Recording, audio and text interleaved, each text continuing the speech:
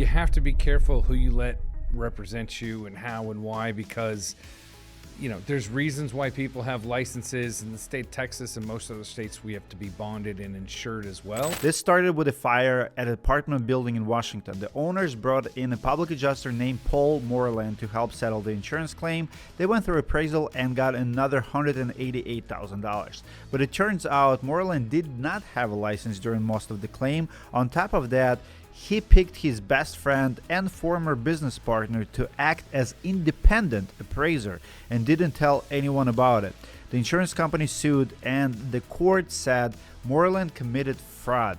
Even though the owners of the building hadn't done anything wrong, their entire policy was voided. So we do have a victim, which is homeowners. The question is, who did the homeowners sue? Like, did they sue back to the...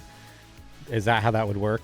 Yeah, so if I was the homeowner, if I was, advising them, and I'm not an attorney, although I did sleep at a Holiday Inn Express last night, so I would sue sue both the Paul Moreland and his business partner. Appraisal's like roof court. So if you just ultimately disagree with your insurance company, it's kind of that step before, or it's a lot easier than actual litigation. It's a type of like arbitration, right? So you name an appraiser, the insurance company names an appraiser, the two of them agree on an umpire, all three go on site, they fist fight it out, argue, come to a final decision, and that's called the appraisal award. So it's like a very expedited court case in some ways, right? You have to be careful who you let represent you and how and why, because there's reasons why people have licenses. In the state of Texas and most other states, we have to be bonded and insured as well as public adjusters. And so therefore, it's easy to go to a state's website to check that stuff. Homeowners and need to be careful